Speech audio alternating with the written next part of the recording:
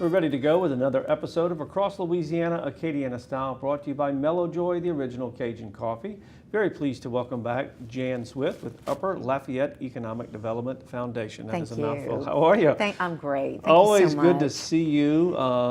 I know you guys have a luncheon coming up. For those not familiar with the organization, a little bit about the organization before we jump into the luncheon. I'm the director of Upper Lafayette Economic Development Foundation. We promote business opportunities in the residential environment in North Lafayette Parish. So it's North Lafayette, Karen Crowe Scott, and Dusong. And so one of our many focuses is on the need for improved transportation in our parish. And so the reason I'm here today is to talk about our July 20th luncheon. We're going to focus on improvements at the airport. There's going to be a new terminal built. So we have Stephen Piku, the director of the Lafayette Airport, is going to speak. We also have Tom Carroll, who's head of Lafayette Consolidated Government's Transportation Department. He's going to talk about new road projects that are improving Upper Lafayette arterial roads. And then we also have Ben Berthelot with Convention and Visitors Center. He's going to talk about Uber and how that's changing our tourism opportunities and the way people get around here. So it's going to be an interesting luncheon. That should be fun. How do you attend? Where is it, and what do you do? You can look online at our website, upperlafayette.com, under events, and we encourage people to register online. The public is welcome. It is a luncheon. It's going to be at the Petroleum Club, 11:30 to 1, July 20th, but anyone is welcome to join us. You register online, and we really welcome the community so they can get to know more about us and also keep up to date on current events. So, well, you know, the northern part of I-49 makes life so easy, and it is bottlenecking when we have to go down to New Iberia. I hope that they coordinate these efforts. I'd love to go hear how that's going. Thank you for bringing that up. We're also we're surveying people this week. A lot of the people that travel on I-49, when they're heading north, that's what they say, that it's a breeze. But once you are coming into Lafayette, especially if you're commuting to Broussard, New Iberia, or anywhere in Lafayette, it's a real bottleneck. There's tens of thousands of cars every day. And so we're a big proponent of finishing that Lafayette I-49 connector. We're very much wanting to see that happen because it'll help everybody's quality of life. All the businesses, everything will benefit from it. Definitely. Changing the subject a little bit about it, I know you have a new restaurant opening in North Lafayette. You got a FedEx expanded facility. A little bit about some of the activity. There's a lot going on right there off of I-49 North. Corrette Farms is one of our newest subdivisions. It's similar to River Ranch. It's the same people that built that and Sugar Mill Pond here in Lafayette. But Romicelli's is having soft openings this weekend, Friday lunch, Saturday night. And it's going to be a fundraiser to help the Susan G. Komen Acadiana facility. And we also want to welcome Romicelli's, the newest Italian restaurant. There's a lot going on, and we're excited about the future, the development happening. So. Okay, well, go ahead. We've got a little time. Plug your television show. I know you do one for your... Right, I'm filming 2 today. It's called Upper Lafayette on the Move, and we film twice a month. Today I'll be interviewing Joe Savoy, the president of UL Lafayette, and Dr. Sean Wilson, head of DOTD, so just about current issues. But it airs on Acadiana Open Channel here in Lafayette twice a month on Thursdays. So thank you. That is great. Okay, one more time, your website information so we can get the people to the luncheon on the 20th. I'm Jan Swift. You can contact us at upperlafayette.com or jan@upperlafayette.com. But please go online and register, and we welcome anybody that wants to join us. And thank you. Thank you, Jan. Good to see you. It's been Thanks a for coming pleasure. on. Okay. We're going to take a look now at the people that bring you this programming here on Cox 4. It is the original Cajun coffee. It is Mellow Joy. Take a look.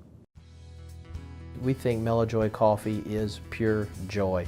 We love to drink it every day, all day long. We think that most people in Acadiana do as well. So it's just a little play on our French heritage. The pure joie is something we look forward to each and every day as we get up and get moving.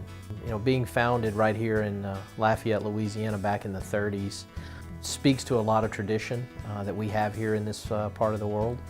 And it's exciting to be here and be part of the food culture that we have here.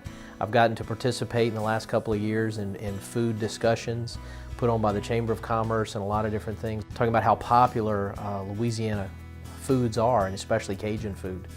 So we like to think that we add a little bit of spice to those discussions as well. Coffee is the most consumed beverage on the planet other than water. we've got a large market out there that we can penetrate. And people do drink it now just about all day long. They start in the morning with it, and they drink it through midday through lunch, and then maybe some decaf at dinner time. And that's the fun part about it, is we like to experiment with a lot of different types of roasts. And we're into new packaging nowadays with single serve cups, so that you can just make that 1 cup of coffee at night if you'd like, or you can still buy the traditional bag and make it throughout the day, a pot at a time. We buy on certain graded beans only. First off, all of our coffees are made from 100% Arabica beans.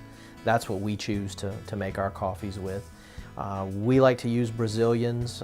It's a stronger bean than a Colombian, we think, and it makes our coffee unique. We want to be different. We don't want to taste just like somebody else. And we only buy the very high grades, the extra hard beans, so that we get a very full-bodied flavor out of our coffees. We buy the top 1% in the world, so we're not a inexpensive coffee. We would be classified as a gourmet coffee on the shelf. If you go to the grocery stores and look, we are in the gourmet section a lot of times. And we take a lot of care in picking those beans out. We test every bag that comes in. We sample every bag that comes in. We roast them in small batches, and we cup them right here in the facility every time before a new run goes out to the supermarkets or to offices. All of our packaging, whether it's the small frac packs that go into the restaurants and offices or the 12-ounce bags that go on the shelf, all have a one-way valve in them to allow gases to escape, but doesn't allow air in. So the packaging stays fresh on the shelf for up to a year without any noticeable change at all in the coffee. We've been asked by a few people to develop a line of coffees for them. The first people that approached us were the Duck Commander folks, the Robertson family of the Duck Dynasty TV show fame and the Duck Commander Duck Call products. They wanted to venture into the food world because their mantra is faith, family, and food.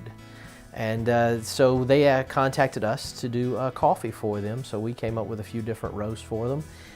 Some really neat packaging. Obviously got some camo on there.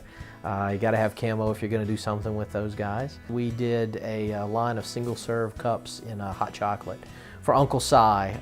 He's kind of the crazy uncle in the TV show, and kids love him. He's probably the #1 celebrity in the family for the kids.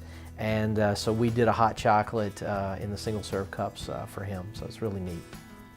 And we've got a couple of coffees out in 12-ounce bags, and we also did them in single serve cups that you can find in the grocery stores throughout Louisiana, Texas, Arkansas, all the way up into Oklahoma, Missouri, over into Mississippi and Alabama as well. So anybody out there that drinks, if their company drinks a lot of coffee, or if they have an idea to sell a lot of coffee somewhere, I mean, we would love to do a private label for them.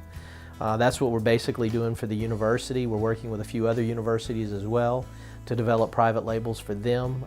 It's a great source of income for the universities, but there's a couple of corporations that have also contacted us recently about doing private labels for them, where we put their company logo on the coffee that's served every day in their locations. If you want any information on any of our products, you can go to www.melojoy.com, or you can give us a call at 337-264-7195. Whoever answers the phone, we'll be glad to take care of you, answer any questions you may have.